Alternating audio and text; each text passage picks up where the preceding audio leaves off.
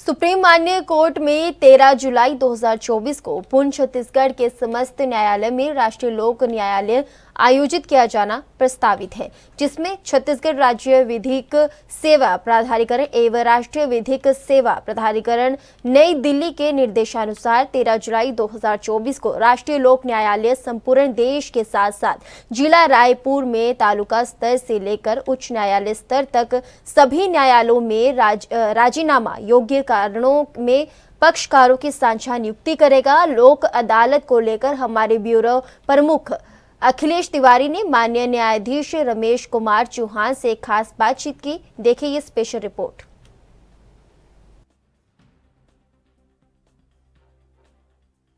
जिला विधिक सेवा प्राधिकरण के सचिव हमारे साथ में हैं और लोक अदालत का आयोजन 13 जुलाई को किया जाना है।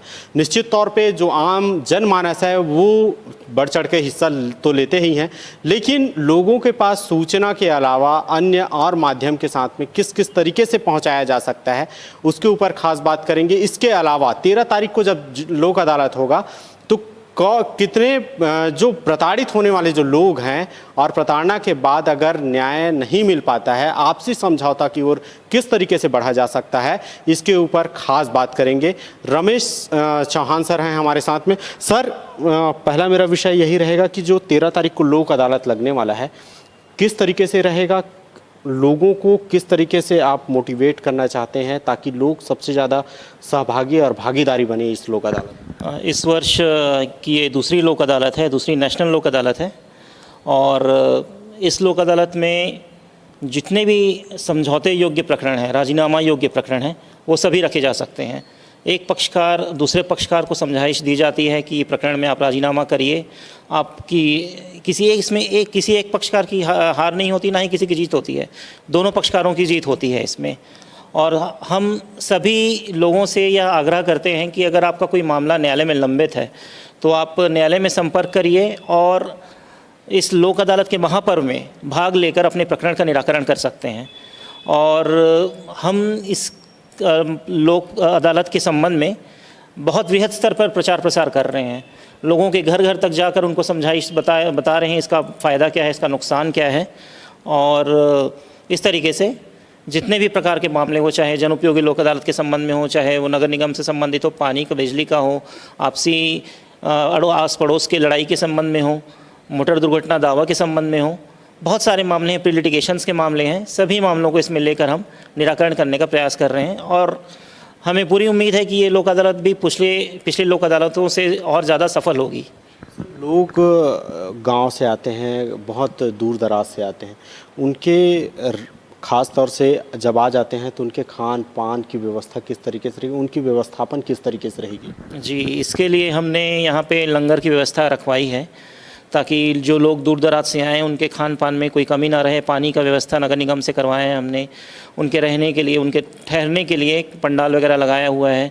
किसी भी प्रकार की अगर उन्हें कोई दिक्कत आती है या लीगली कोई प्रॉब्लम आ रही है, किसी मामले में कुछ समझ में नहीं आ रहा है, तो उसके लिए हमारे जिला विधिक सेवा प्राधिकरण की PLVs हैं, हमारी टीम है जो उनको मदद करते हैं, उनको गाइडेंस देते हैं, उनको पूरा उनके प्रकरण के बारे में बताते हैं कि आप कैसे इसका प्रकरण का निराकरण कर सकते हैं करके। एक अहम सवाल ये रहता है सर, लोग तकनीकी के क्षेत्र में सबसे आगे बढ़ गए हैं। जैसे MP में होता है कि जज फैसला सुना रहा है, लगातार वीडियो भी वायरल होते रहता है।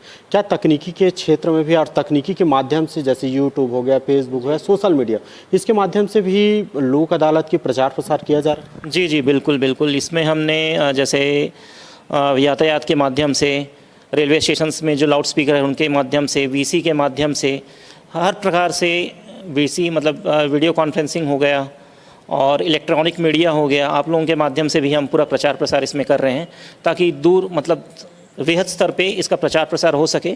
और जो गरीब अंचल के लोग हैं, जो ग्रामीण क्षेत्र के लोग हैं, जहाँ पे ये इलेक्ट्रॉनिक मीडिया या फिर TV या मोबाइल की सुविधा नहीं है, वहाँ पे हम मुनादी कराकर इसका प्रचार प्रसार करके इसकी जानकारी दी जा रही है कि हाँ, नेशनल लोक अदालत इतने तारीख को है, 13 तारीख को रखी गई है, आप आइए, अपने प्रकरण का निराकरण करवाइए। जी सर, एक अमूमन देखा जाता है कि बहुत से जो ग्रामीण अंचल से भी आते हैं, बहुत दूर दूर से आते हैं।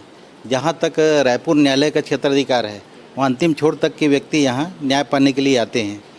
यहाँ देखा जाता है कि विधिक सेवा प्राधिकरण है और हमारे माननीय जिला सत्र न्यायाधीश जो उनके मुखिया होते हैं, ये हम लोग पर्याप्त व्यवस्था उनके खाने पीने का भी प्रबंध का यहाँ रखे हुए हैं।